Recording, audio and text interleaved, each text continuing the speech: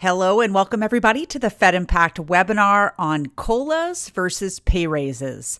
Boy, this is an interesting time of the year because this is, of course, is when all of the new numbers are starting to be announced for the following year.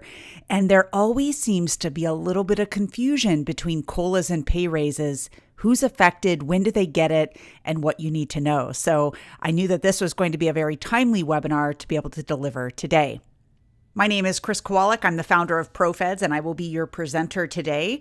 We're always very happy to be able to bring these topics to Feds, especially when there's something as important as COLAs and pay raises are to all of you. And so we're delighted to be able to do this. So cost of living adjustments and annual pay raises both affect someone's pay. The question is, who that someone is and how much their pay is going to be affected.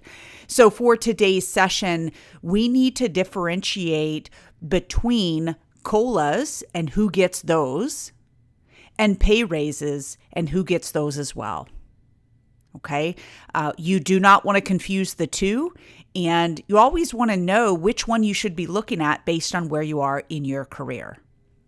Okay, so for today's session, we're going to be digging into the details of COLAs and pay raises. For instance, who's supposed to get it? What is it based on? How much can you expect for 2024? When does it get applied? Where do you have to live to get it? And why does it affect you? Okay, so let's jump in to annual pay raises. Let's start with who gets it. So pay raises are annual pay increases applied to current federal employees' paychecks while they are still working. In other words, pay raises do not affect retirees. Okay, this is typically a January pay raise, and you have to still be working in order to benefit from a pay raise. So what's it based on? Well, pay raises are pretty darn subjective. A lot of it depends on if it's an election year, who's in office, who's trying to get into office, and that can be kind of a challenge for you as the end user of this paycheck to know who it is that is influencing the pay raise that you are expected to receive. Pay raises are not based specifically on an economic index. It's not based solely on inflation. Of course, whoever's deciding the pay raise can look to those factors to make a decision, but it is not set in stone. If X number of inflation, you get X number of pay raise. Okay, that is not at all how pay raises work. Very, very subjective. Again, they're often very political in nature, and every year, pay raises have high scrutiny from a lot of different types of groups. They're either too low or too high or not fair, and all of that is up for debate. But at the end of the day, whatever that pay raise is that's announced, of course, you want to see your pay go up, right? And so that makes total sense. All right, so next, let's talk about how much you can expect. We know that pay raises are not guaranteed each year. It's, again, very subjective in nature. There were several years, a little further back than this chart goes, where there were no pay raises at all. And so you probably remember that if you were employed by the federal government during that time. So it's not even that you'll always get a little something. Sometimes you're not getting anything. Now, for 2024, the pay raise is not final, but it is expected to be 5.2%. That includes locality pay. So there's a 4.7% across the board pay raise. That is for everyone. And then we've got another 0.5% increase for locality pay areas. So if you happen to be in an area where there's no locality pay, then of course, you're not going to receive that extra 0.5%. Okay, so if we just look back over the last 10 years, you'll see the employee pay raises over that period of time. Okay, you'll maybe appreciate that since 2020, those pay raises have been more significant than they normally had been in the previous 4 or 5 years, and much better than they were the previous years before what's on this chart, because that's where we had a bunch of zeros right in a row. A 5.2% increase to pay, or even the 4.7%, is quite a welcome change, I'm sure, for many of you. But if we look on average, that 10-year average is about 2.39%. Okay, just to give you an idea of what the trajectory has been over all of this time. Okay, now next up, when do pay raises get applied? So pay raises are typically applied in January of a given year. Okay, if there's any scuffle about whether a pay raise is going to be authorized and getting it finalized, for instance, if Congress is having a tough time making decisions and approving whatever has been recommended, then of course there may be a little bit of a late implementation of a pay raise, but typically it would be retroactive back to the beginning of the year. Okay, so even though they may be late on making a decision, most often it goes retroactive back to January. All right, so where must you live to get it? Well, let's talk about locality pay areas. So on the left-hand side, you'll see a map where we've just pinpointed all of the different locality areas. We actually have 4 new locality pay areas that are about ready to be finalized. That is Fresno, California, Reno, Nevada, Spokane, Washington, and Rochester, New York. So if you happen to be in one of those areas, you did not previously receive locality pay, and now you will. Okay, and there have been plenty of other outlying cities that are relatively near a locality pay area that have now been included in those locality pay areas. So double check those locality pay areas for you to see if that means a pay change in the coming year. So the across the board pay raise that we talked about before, in this case, the 4.7%, those are not tied to your specific location. Okay, that is what everyone will receive regardless of their location. But locality pay raises can, of course, increase the extra boost that you are getting to your pay based on where you live. So why does it affect you? Well, while working, of course, pay raises help to somewhat keep up with the cost of inflation, right? And the rising cost to support the standard of living that you have. In other words, it's helping to protect the purchasing power of your money. If your pay stayed the same, but everything around you got more expensive, your purchasing power, of course, would not keep up. You wouldn't be able to have enough money. It wouldn't go far enough to maintain the standard of living that you have. So those pay raises help. But you have to appreciate that sometimes the pay raise doesn't help enough to keep pace with inflation. And knowing that pay raises are not tied to a specific economic index like inflation might leave you holding the bag. And although you got a pay raise, it didn't actually help to get you further ahead. Okay, so when it comes time to prepare for retirement, the higher your basic pay is, the higher your pension is going to be once you retire, right? Because typically your final pay is what is determining your high 3 average salary.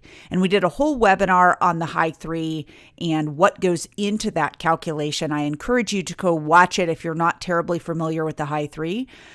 But this idea that the more you make towards the end of your career when you're at your highest earning level, that is obviously going to help your pension. So we don't want to dismiss pay raises of like the long-term effect that they can have on you. But certainly there's the short-term effect of what's happening right now with respect to your standard of living. But then how does it influence what your ultimate pension is going to be maybe many years from now? Quite an effect that this can have on you both now and later. So here's a question that we typically get. If I retire on January 31st, in this case of 2024, does the new pay raise get factored into my retirement pension? Well, the answer is kind of. Okay? There will be 1 month of pay that you received in January 2024 that was at that higher level, and that will likely help to make your high 3 slightly higher. And the reason it's not making a bigger impact on your high three is because if you look at what the high three is, it's your highest 3 years of consecutive earnings.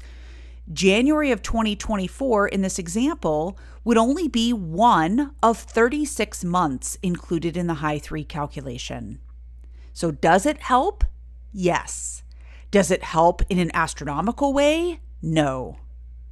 Okay, so please don't delay retiring until January 31st just because you think that you're going to miraculously get a much higher high three. If you want to wait until January for other reasons, if there's something else super positive about waiting until that time, that's certainly fine.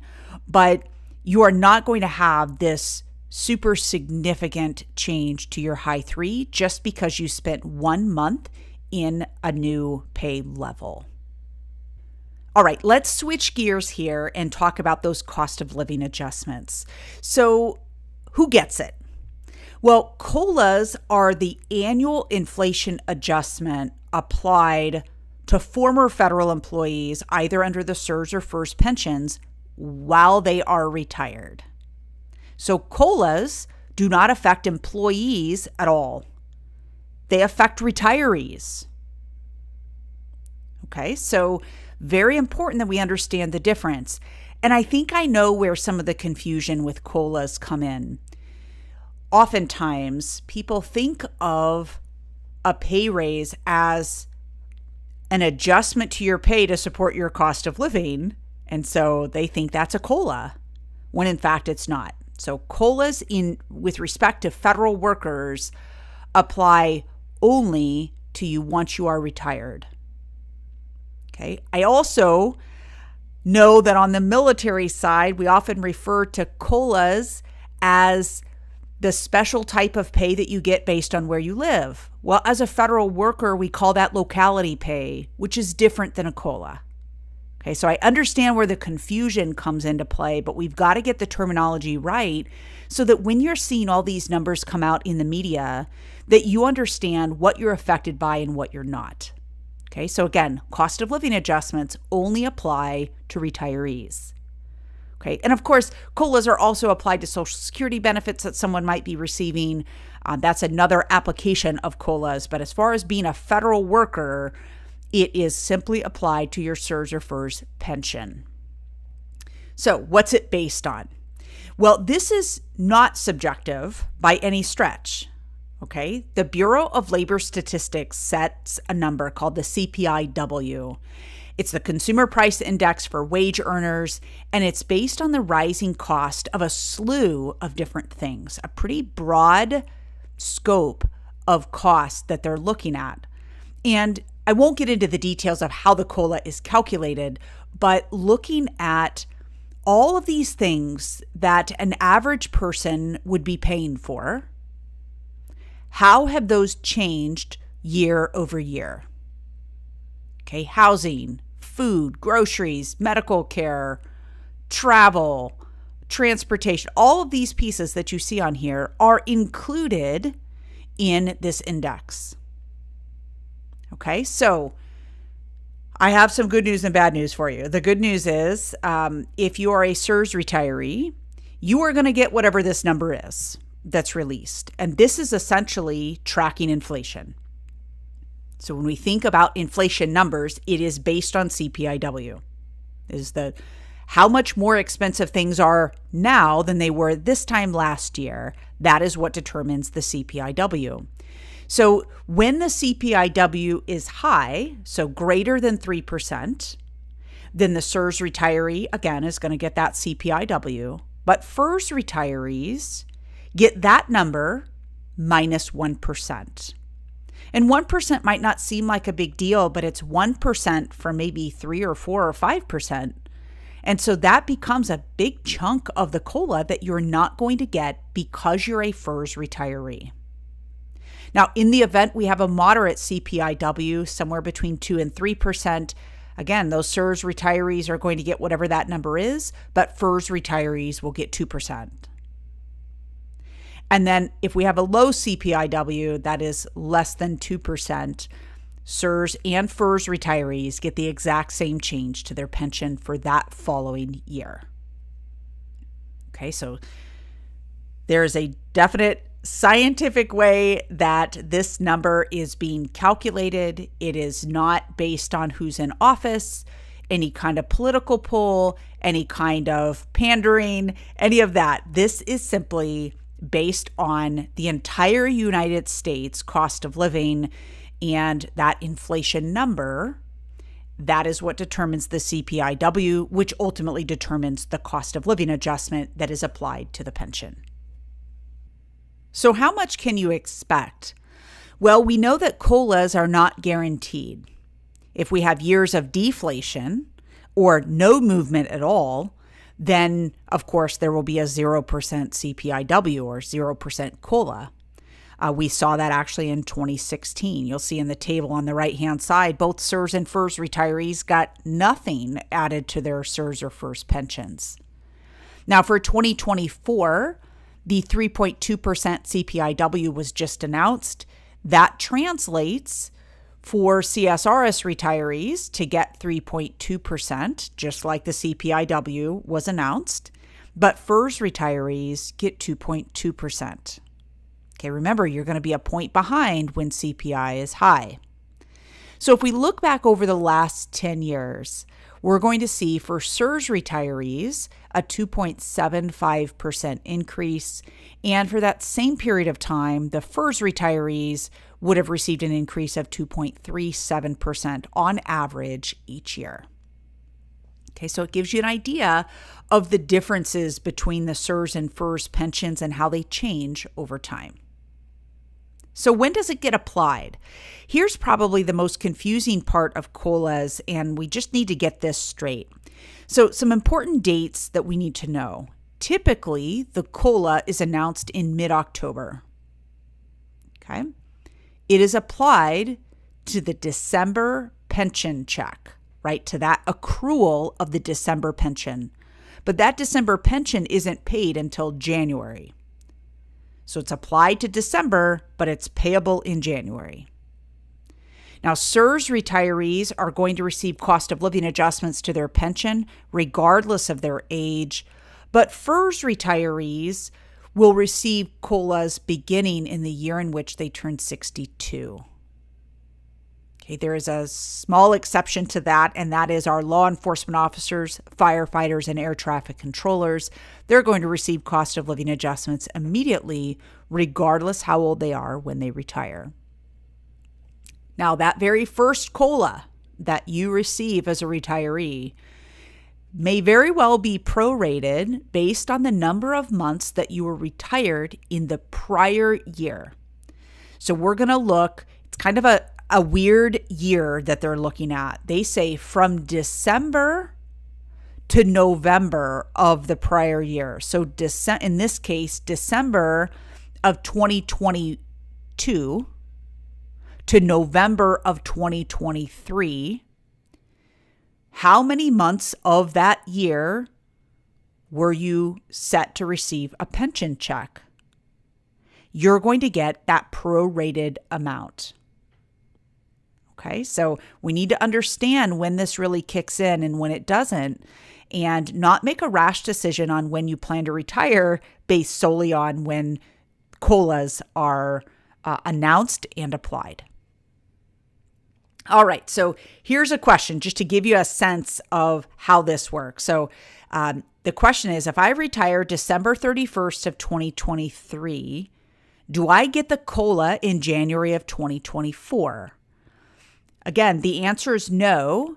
You'll only be getting a prorated portion of the 2024 COLA based on how many months of the prior year, again, December of 2022 to November of 2023, that you are receiving a pension. Well, because you didn't retire until December of 2023, you had 0 years or 0 months during that December 2022 to November 2023 timeline. And so you're going to get 0% of the COLA in that first year. You're going to have to wait until January of 2025 to receive the cost of living adjustment. Okay, hopefully that clears up that very common confusion that we hear from feds. All right, let's talk about COLAs and where you must live to get it. Where you live in retirement has no effect on your pension amount at all. At all. Okay? COLAs, so these cost of living adjustments, are applied uniformly regardless of your location. Now, that's not to say that your pension isn't affected by where you live, but it was where you lived while you were earning your highest 3 years of earnings that is really influencing your pension amount. So for instance, if you were in an area that had a super high COLA during your highest 3 years of earnings, your pension is going to be based on that high 3. And so that will determine your starting pension. But remember, COLAs get applied after your pension has already been calculated. And so whatever that starting point is for your pension, COLAs happen after that. If you decide to move from Houston, one of the highest locality pay areas in the country, to a small little town that has nothing to do with government service and no locality pay, anything like that, that's okay. It doesn't affect your pension whatsoever. However, the opposite is true too. So that's the bad news. If you are in an area where you lived while you were accruing your high 3 that had no locality pay, and so your pension's based on that lower pay amount without that boost of the locality pay, then your pension is not going to be reflecting the higher cost of living for that area. Again, that locality pay.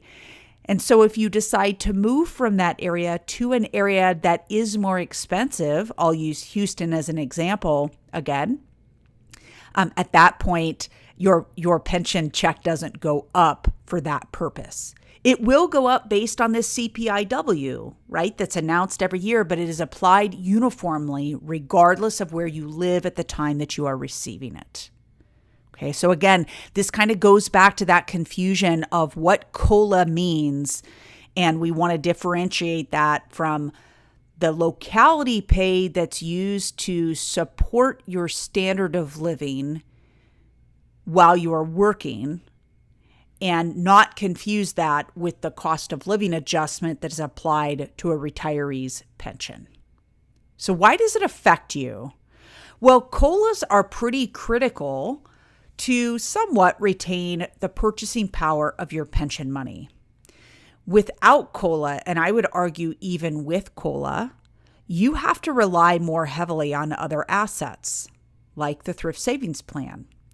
So if you want to maintain the standard of living that you have right now, you know that you're going to have a pension that is lower than the check that you receive today as a worker.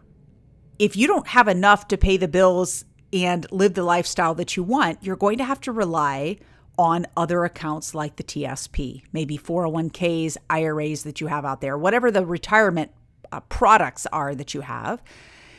If your pension does not keep up with the pace of inflation, you're going to need more and more and more money from accounts like TSP to supplement the pension that you have so that you can purchase the goods and services that you wanted.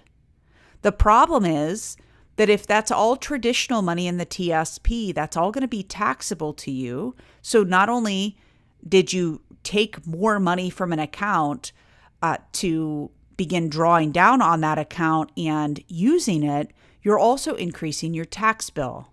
So we have to be super careful about knowing how COLAs affect the pension. And specifically for FERS retirees, what happens when your pension doesn't keep pace with inflation? What does it cause, this domino effect of needing to take other assets from accounts like the TSP? Okay.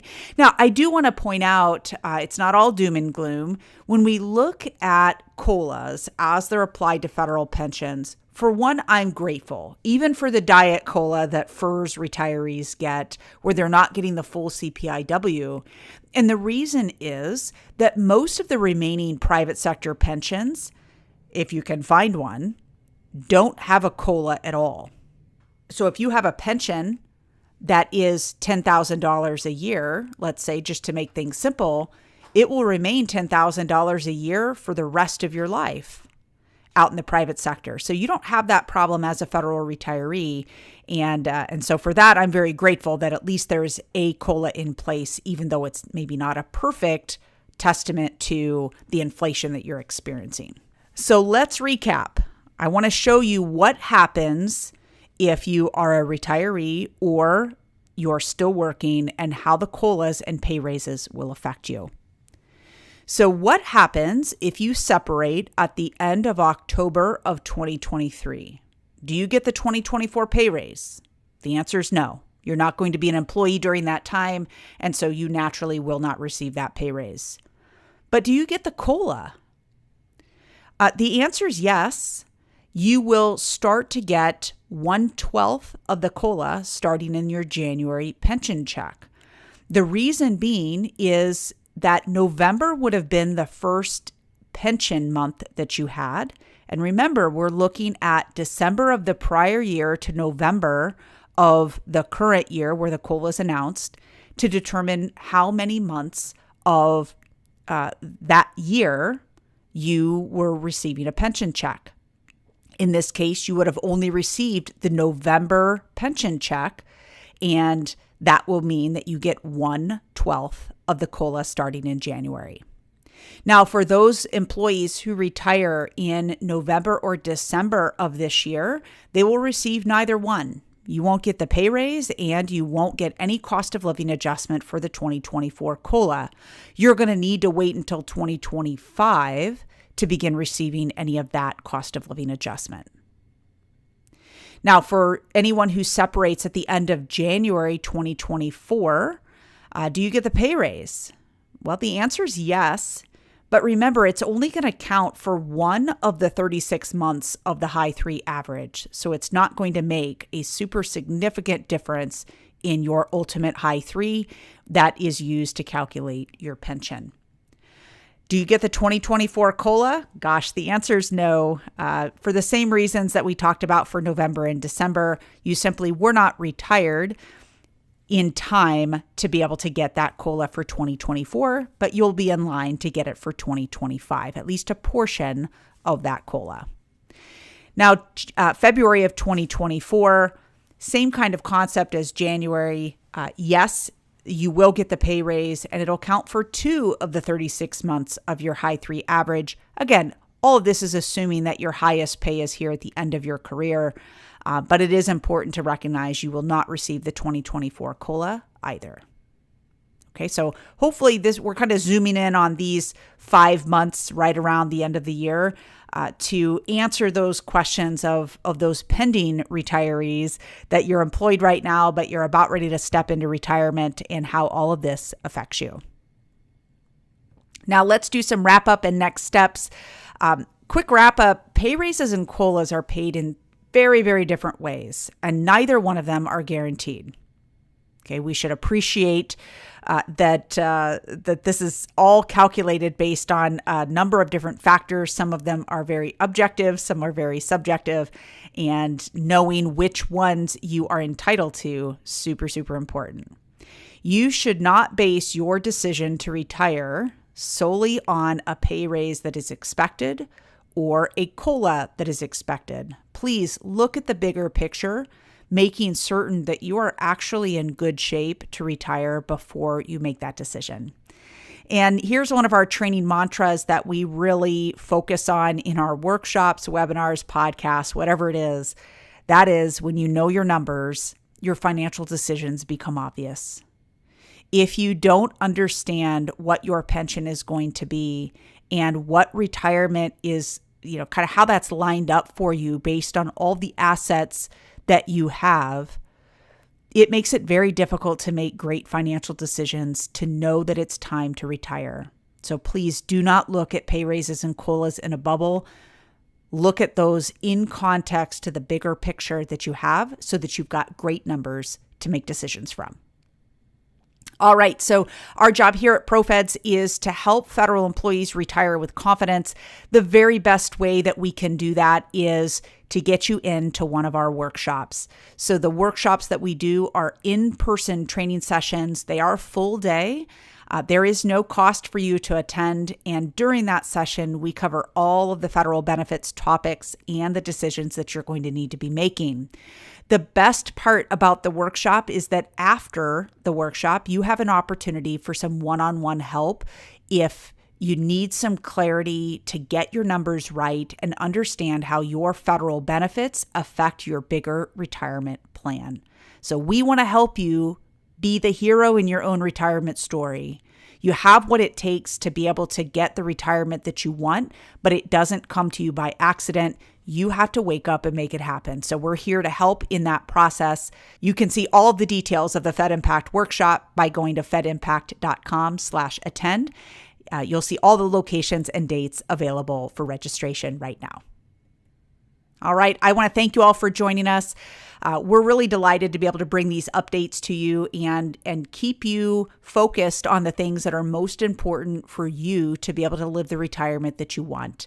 Again, you can find a workshop at fedimpact.com/attend. And to attend that next webinar on TSP for 2024, you can go to fedimpact.com/webinar. All right. Thank you all so much. We'll see you next month.